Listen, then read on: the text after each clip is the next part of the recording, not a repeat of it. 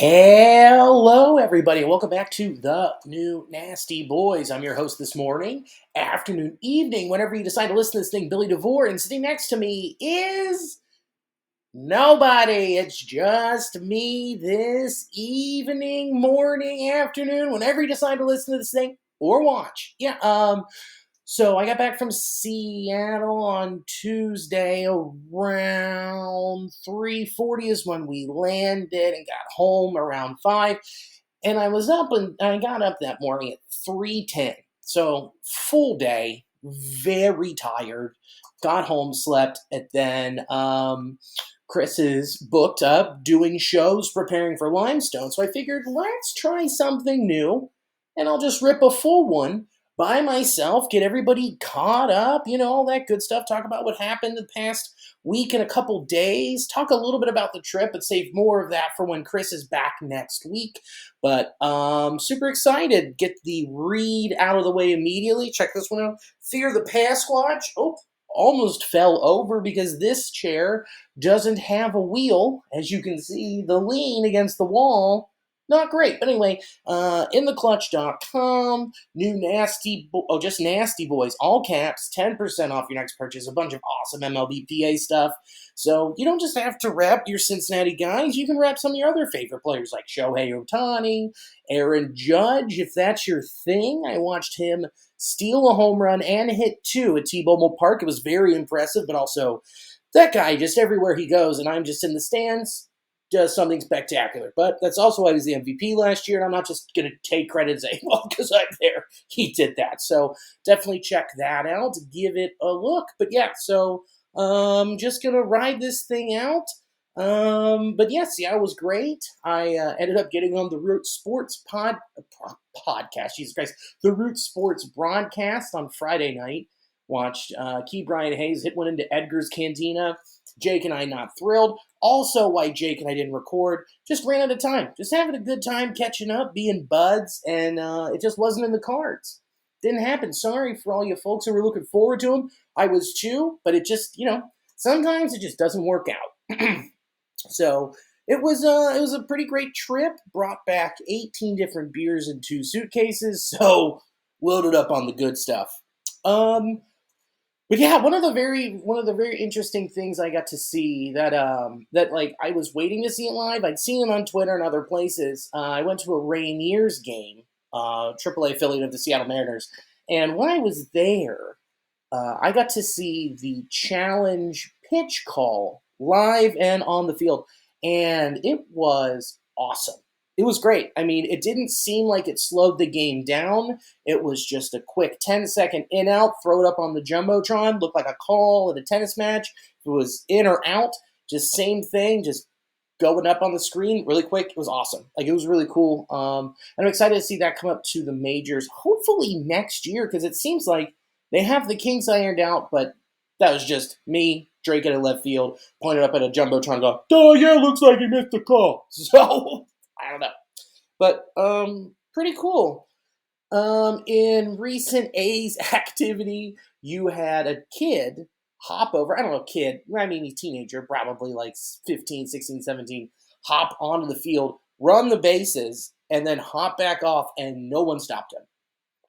Pretty hilarious. Just shows you how far down this organization's fallen and how literally no one on the field gives a shit. Even the guys in yellow polos that say security, they're just like, what, are they going to fire me? I don't think so. They're just happy I'm here.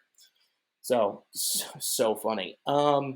Let's launch into the fun week that was. Just get this thing in and out, move along with our evening/morning. Split 2 out of 4 with the Cards. Swept the Cubs at Wrigley, which was incredible. And so far, while I'm recording this, the Reds took 2 out of 2 in Boston. So they won consecutive series and then tied one. Your Cincinnati Reds are in 3rd place. How freaking awesome is that? And honestly surprising. If I think, yeah, we are only 3 games back of the Brewers. At this moment, we're 3 games back of the Brewers, and we are 2 games behind the Pirates. And I believe Yeah, that would be correct. We are only 2.5 out of the last wild card spot. I know it's early. We shouldn't be roster watching, but knowing that this day when this is released, June 1st, we are coming around and we are saying, hey, we're still watching baseball. We're still watching Cincinnati Reds baseball and going, there's a chance. Is it sustainable? We've been saying that all year. We don't know. We sure would like it to be. But at this point, this is the progress we've been looking for. This is the progress of, hey, the young guys are developing. They're contributing onto the field. And winning baseball games, the most important part. Ben Lively looked great against the Cardinals. He had 6 innings pitched, 2 earned runs, 5 hits, 2 walks, 8 Ks with a 33% called strike whiff rate, which is awesome. He had 103 pitches. He used all of his pitches that evening, all the way down to, and like the distribution was good. So he had 23 fastballs, 22 sliders, 40 sinkers, 10 changeups, 6 curveballs, 2 cutters. That's impressive when you can use your arsenal like that and get those results for a guy who's now made his 3rd professional start for the Reds. Incredible. Just a guy walking the streets. We picked him up and brought him back. And then against Boston last night, he had 5 2/3. He had no earned runs and 4 hits.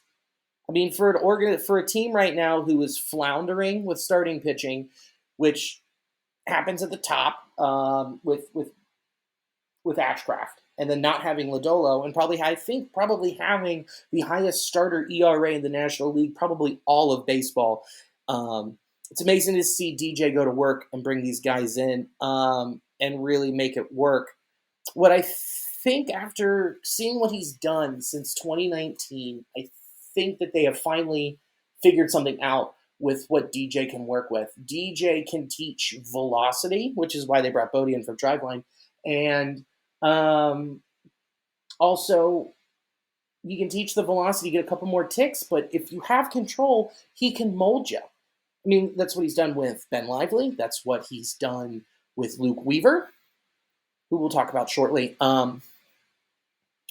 But something along those lines of knowing that if they can have some control, or a lot of good control with some velocity and a good amount of pitch mixes, gives DJ something to work with, and it's showing throughout the entire pitching system within the organization.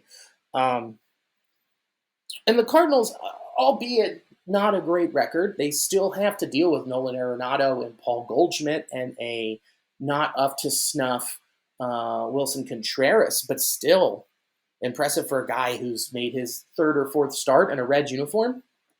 I don't think you can ask for anything more from your 3 or 4 starter. And moving along to Luke Weaver, who also pitched tonight with 5 2/3 innings, 7 hits, 3 earned runs, no walks, 5 Ks. Gave up 2 dingers, but guess what? That's Fenway, folks. It's a weird ballpark. It seems like it was designed by Acme. So, the Acme Company from Looney Tunes. I'm an adult. But yeah, Luke Weaver had a good pitch mix on the 25th. Looked like I had a little bit of an issue there with my internet. Went down for a hot second. But yeah, Luke Weaver, 5 2/3, 7 hits, 3 earned runs, 5 Ks, 2 homers at Fenway. Again, facing Yoshida and facing Devers.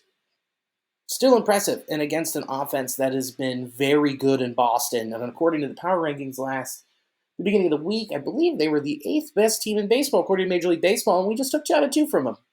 So the Luke Weaver signing's working out very well so far. A great pitch mix, 31 fastballs, 19 changeups, 21 sliders, 15 curveballs. I think that they should have taken him out before he got into the 6th. It wasn't a matter of him looking weak. It was a matter of him going 3rd time through that lineup again, which seems to be kind of a flaw with this organization, believing in that that guys can go a 3rd time through the lineup. Look, he's your 5 starter. He's your 4. He's your 3 at the moment. He should not be going a 3rd time through against a quality lineup such as the Red Sox. powering through with the rest of our pitching. Hunter Green, who's going to be on the bump today against the Red Sox, he no-hit the Cubs. I did never. It's just the second time that he's thrown no-nos in his career so far. But this one is impressive.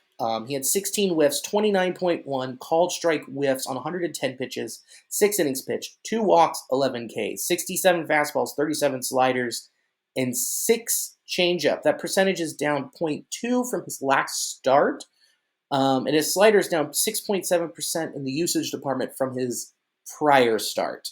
But he was just clicking fastball high, really chasing up there, and just knowing that those hitters couldn't connect and keep up with it. Impressive. Very, very impressive. And knowing that that changeup is there and that he is working on it, showing even more growth and showing you, man, this guy's got it. I mean, 110 pitches in 6 innings is a lot, but also no hits is the least you could have. I think that's a fair trade. I think that's a real nice, fair trade and impressive. I mean, looking at those 3 dudes right there, you're like, man, you feel really good knowing that the problem with this team has been the starting pitching with the young guys. And it continued with Brandon Williamson. He went 4 1/3, 4 earned runs, 6 hits, 3 walks, 3 Ks, 11 whiffs with a 23.5 called strike whiff percentage. He's and if you look at his heat map, which you can't see, but I can, he's all over the place. I mean, he still doesn't have the control, which is something that he can still develop, but that's been his main problem since joining the organization.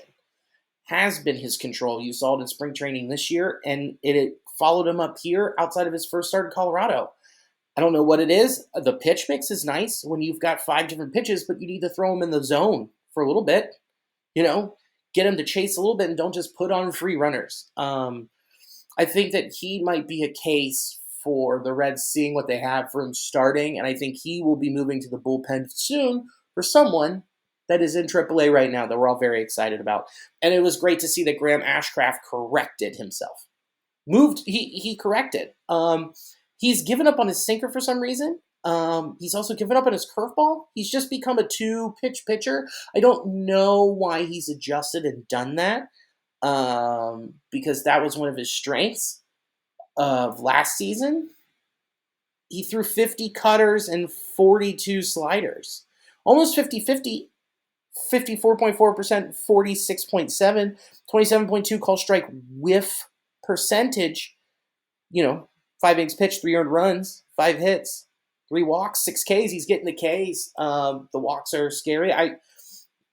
It's interesting that how he's evolved from the guy who was pitching to contact, giving you length, limited amount of hits, a lot of ground balls, and it seems like now he is hunting those fastballs and using that velocity, but that also can expose you and leave you available to get rung up, dude.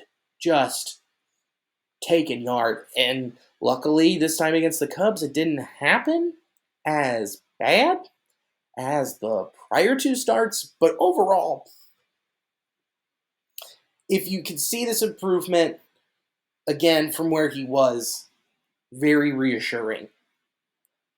The bullpen, though, has been the star of this pitching organization, top to bottom. You've got multiple guys over the past week with 0s in their ERAs, including Alexis Diaz. This is absolutely bonkers. Alexis Diaz, in 2 2/3 innings pitched, his K per 9 is 20.25 with a 1.13 whip. That's gross.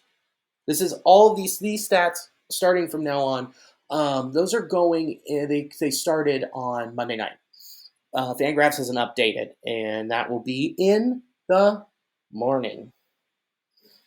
You've got Buck Farmer, Alan Busenitz, Alex Young, Alexis Diaz, all with 0s with multiple innings pitched. That's impressive. That's great. And also, Alexis Diaz, Fernando Cruz, Alan Busenitz, and Alex Young. 0.0 walk rate. That's what you need. That's what you got to have right there, boys and girls. That's nice. That's nice. Mm. Mm. Big sip. Big sip right there.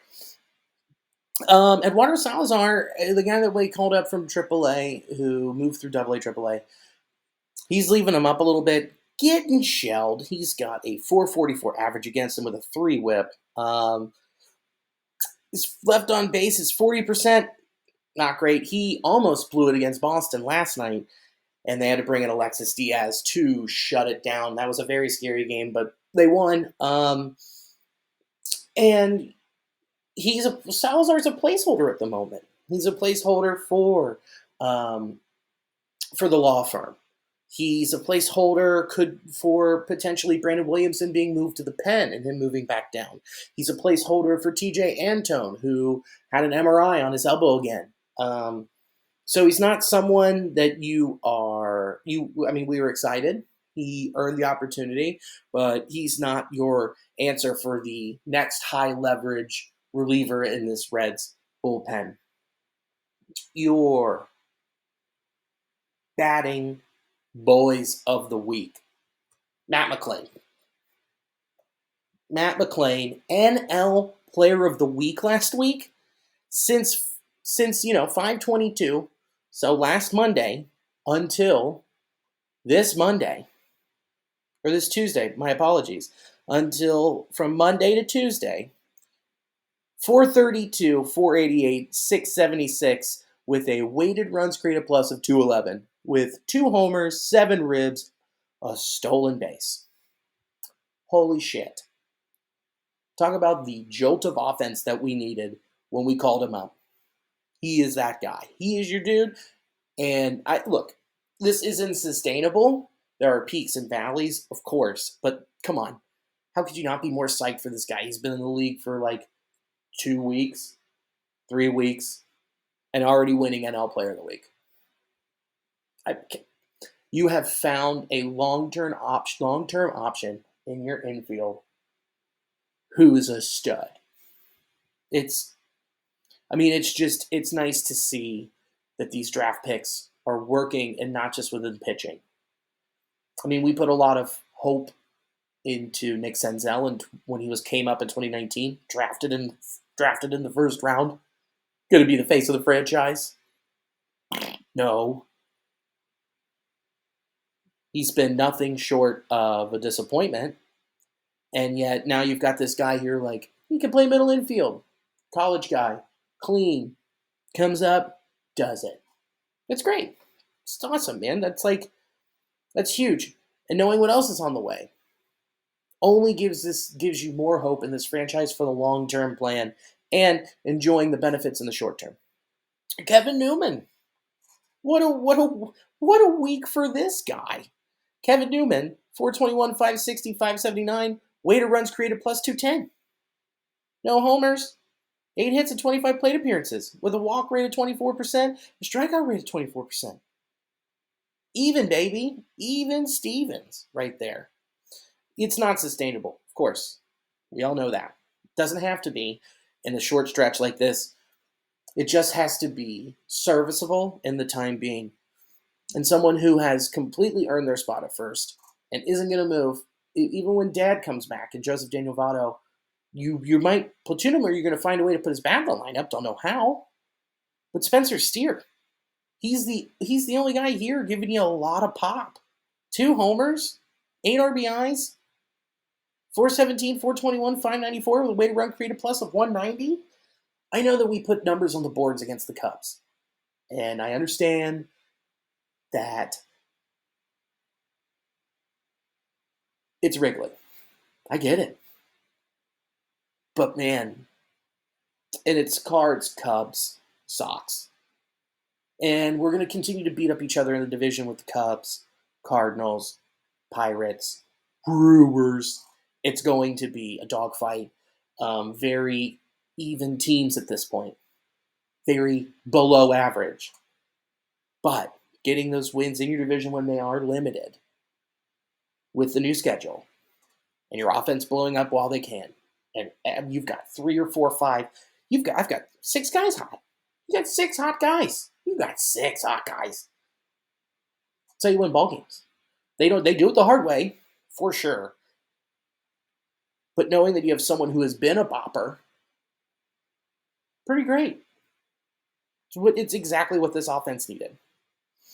And TJ Friel, he had a hammy issue, strained it last night, but since 522 in 20 plate appearances, 471, 550, 706, weighted run created plus 234.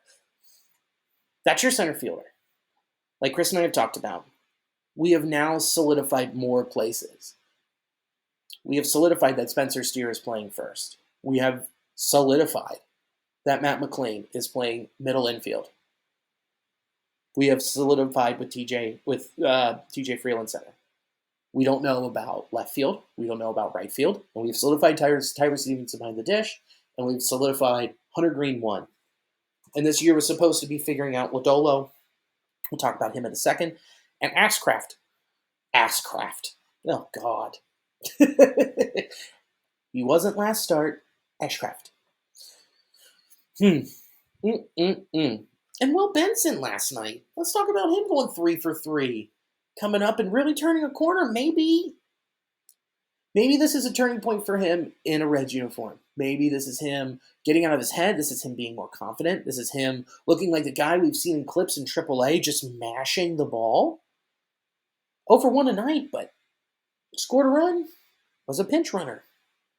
If he lives up to it, who knows, man? If he lives up to it for the next week or two, continues to stay hot, that's great. If not, then he's just organizational depth in AAA and for your outfield that already doesn't have much depth. If it does have depth, it's not very promising. It's just average. But still. Tyler Stevenson, 281, 395, 438, weighted runs created plus of 124 in 38 plate appearances. He's got 9 hits. Seems like he is starting to figure something out again after that slump and getting back to the consistency of the guy that we knew before he got hurt multiple times last year, and the guy in 21. I mean, and Nick Senzel, out of game with a sore right knee, but also in 32 plate appearances, so 522 through 528, 348, 406, 423 with a weighted run created plus of 119. Barrero had a grand slam last night, went 2 for 2. Okay. He finally did something. I mean, he's been floating around 250 for the past 3 weeks. Not someone who is going to be like, man, got to keep him up, got to keep him here. He's not that dude. We'll see what happens in the next 2 weeks. Something's coming, we'll get to that, but he's for sure not your long-term answer. Sure would like him to be. Do I think he is? At this rate, absolutely not. And Jonathan India, 2 homers on Saturday night against the Cubbies. Prime time. Ready to roll. Dude, since the 22nd, 11 for 39, 2 homers, 9 runs, 9 runs, 6 RBIs, 306, 333, 528, weighted run created plus of 121. Okay, and they moved him to third, which is very interesting, and knowing that something that the Reds had been looking for since I would presumably say Sin-Soo Choo would be a leadoff guy. Billy Hamilton wasn't for this franchise, and you can think about the tens of dudes that the Reds had to try and fill that spot, and it's Jonathan India. But since he's had some pop, they moved him down a little bit, and TJ Friel's a guy who always gets on. That could be a good answer at 3. But is he the answer at second base? I don't know. Trent Rosecrans wrote an article speaking about that. I think he isn't the long-term answer at second base. But Trent quoted him as saying that he'll do anything for this team to make them better. To make them better, it would mean playing left field, which I think he would do if we gave him an extension. He's not going to get bought out through the rest of his ARB years. He's a Boris client. He's someone who's going to see free agency. He's someone in the first year of arbitration. He's going to want to see out the rest of that. Unless Boris changes his tune, which I don't think he will, or he drops Boris and gets some new guys. Oh, I'm sorry. First year of arbitration. That's stupid. That's Senzel. India's ARB ready next season. You got some guys next season who are going to be ARB ready. That are going to make this team a little bit more expensive. But let's not get to that right now. We're going to continue to talk about Jonathan India. I think because his value at second base is vastly bigger on the open market. Even though his defensive run save metrics are negative, and he's one of the worst defensive second basemen in all of baseball. But I don't know. I don't think he moves to the outfield unless he's bought out and he has financial security, because going from second to left, going from second to right, it's offensively, you're not going to be the same compared to other top sluggers in the league who are playing right field. You're not going to get the same payday as someone who plays second. Playing right, if you were playing second, like if you put Ozzie Albies in right field, he wouldn't get that 5-year, 7-year, $90 million deal. No. Again, two very different players. But it wouldn't be the same. You wouldn't get the same production. So, if India does move to the outfield, he does go to left or he goes to right. That gives you a chance to have McLain at second, Elly at short, Senzel at third. Encarnacio Strand does not play third base. There's no way. The guy defensively is not there. He's even a liability at first base. That guy might just be a DH, which then throws a wrench in the entire plan that they had for Tyler Stevenson, who's going to rotate at first, but that's just steer spot. So you have him rotate between DH and catching, but then you have Encarnacio Strand, who, by the way, 4th homer in 7 games, mashing the ball, almost about to be. He's knocking on the door. I don't think that is an immediate problem for this organization. Do I think it's going to be a very soon problem? Yeah, I think very soon could be July, mid-July. Give him a little bit more time to work on seeing the ball and not striking out and maybe getting a little bit more walks, doing what Elly did. But I don't think that's a now problem. The now problem is where you put Elly De La Cruz. I think in the meantime, you put Elly at third. He's played there when McLain was playing short. So there you go. You put Elly at third. You've got McLain at short, India at second, Steer at first. It's a pretty good outfield.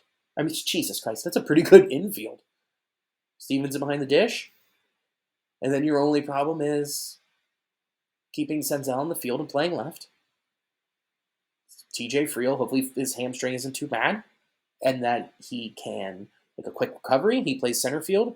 And in right field, you rotate Fraley, Benson, and you put Will Myers into the river.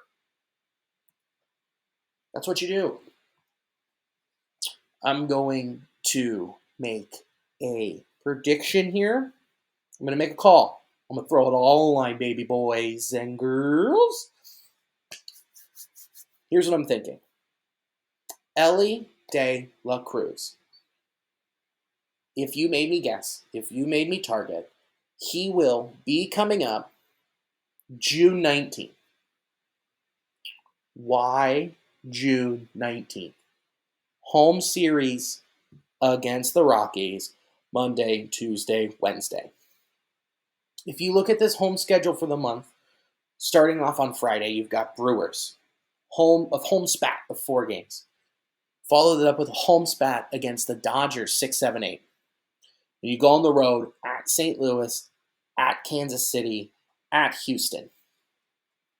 That's a really nice road stretch. That's pretty cake, except for the 3 spot at Houston, who's really starting to turn a corner. Why I think he would debut the 19th, even though he's ready now. Who is going to go and watch the Rockies play the Reds in a mid-season June series? I'm going to go. I'll go. I'm just going to be there anyway. It's the ballpark. Love it. Sign me up. I'll be there the 20th. I'll be there that Tuesday night. I'll be there for 3-2-1 night. You know what I'm going to do? I'm going to have 1 ice-cold Budweiser. I'm going to have 2 hot dogs. Maybe an ice cream. Maybe start with the ice cream. Dip the hot dog in the ice cream. Who knows? But your general public, your base level fan isn't going to go. What they will go for, they will go to see this guy make his debut. And not just us as fans or people watching the Reds or yelling about it into a microphone. But the entire league will be hyped for this guy coming up. You want to put butts in the seats? Do it then. And then you follow that out with a home spot against the Braves. In my opinion, the best team in the National League. Not a hot take. But yeah, dude, that's when they're going to do it. No doubt in my mind. They're just going to wait it out, and they'll do it then. And you don't have to force it right now when you've got guys who are hitting well right now. Just this week, small sample size theater. I get it. But right now, ride this while you can. And don't force it. Don't force something you don't have to. Don't fix it if it ain't broken. Right now, it's not broke. What is broke is Brandon Williamson, who should be in that spot, is Andrew Abbott. Andrew Abbott has been electric. In his last 3 starts, he's a 1.47 ERA. He has a strikeout percentage of 34.7 with a walk rate of 9.7%. Ks to walk 25%. Quarter. I'd say this guy's ready. Why would you continue to let Brandon Williamson go out there with the same issues that you know he's had and not bring this guy up? It's silly. You only have so many bullets in the chamber. Let him use them in the pros when this is supposed to be a development year. If it doesn't work out, it doesn't work out, and we're in the same spot in a terrible division. It's silly at this point that he's not up here. Unbelievably silly. But looking at injuries, Derek Law, what's really nice about that mild right flexor mass strain, what's nice about that? He doesn't have to get TJ. It's just wait it out 10 more days and see where he lives. And that's just a guy who's been very good for you in the bullpen. Nick Lodolo, left tibia stress reaction. Gross. Tenosis is honestly a little bit better. It's looking like mid-July for him. Such a bummer. Such a bummer. And Will Myers, kidney stone. He had kidney stones. You know what I think they did? They said he had a kidney stone in there. They removed it, and then hopefully they put the dog back in it. Put the dog in it. But now actually has a left shoulder sprain. Who knows when he'll be back? At this point, just give him the Moustakas treatment. Let him just hang out on the IL. Give him a couple starts. Then he's like, "Ow, I hurt my fingernail." And then he's like, back on the IL for another 17 days. Because at this point, he's just so lost. And you're clogging up stuff. Clogging up the outfield to figure out where we need to be next. Where we need to be next, if the wheels start to really fall off this thing. I was talking about this with Jake. The Reds don't actually have that many trade pieces moving towards the deadline. There isn't a guy you look at and you're like, man, get him off the books, get some real good prospects. there's some nice pieces you can move if the wheels truly fall off this thing. And as bad as this division is, I don't think they're gonna fall off. But let's just take a little look into the crystal ball here. If Luke Weaver keeps pitching like this and Ben Lively keeps pitching like this, those are two dudes you flip. Those are two dudes you flip for mid-level, top 20, top 15 prospects. Give them a rental. What did that cost you? League minimum? Great move by Crawl. This guy is just operating in the shadows and murdering the game. Another guy, I absolutely hate to say it, but it's true. He continues to pitch this well, and the wheels fall off. You might trade Lucas Sims because he's got another year of control after this one. So you can get a maximum return. Look at how that worked out for Tyler Mahle. Look at how that's worked out for Sonny Gray. I mean, we don't know Sonny Gray yet. I mean, we got it. Chase Petty's a while. But overall, with what you got for Tyler Mahle, CES, mashing, Spencer Steer, your everyday first baseman, awesome, killer. So, looking forward, we talked about, okay, so like I said, with the homestand coming up, you've got 4 against the Brewers, 3 against the Dodgers. If Brewers here, their offense is dog shit. You split like you did with the Cardinals, you're looking good. Dodgers at home, scaly. Very scaly. And they're playing really well. They're the frickin' Dodgers. Blech. Gonna hate seeing all of that. So yeah, let's round third and head for home. Tonight, Lost and Found, 8:30. Carl Spaeth and I run a show there. The first Thursday of every month. We're starting it off, baby. It's a fun little show. Off on this, it's just got a little patio area out front. The windows are open, and then we're just yelling in the street. Super fun. So thanks to Sports Drink for being around. Thank you for listening. And thank you to In the Clutch. Nasty Boys, all caps, 10% off. Again, thank you so much. And as always, go Red Legs.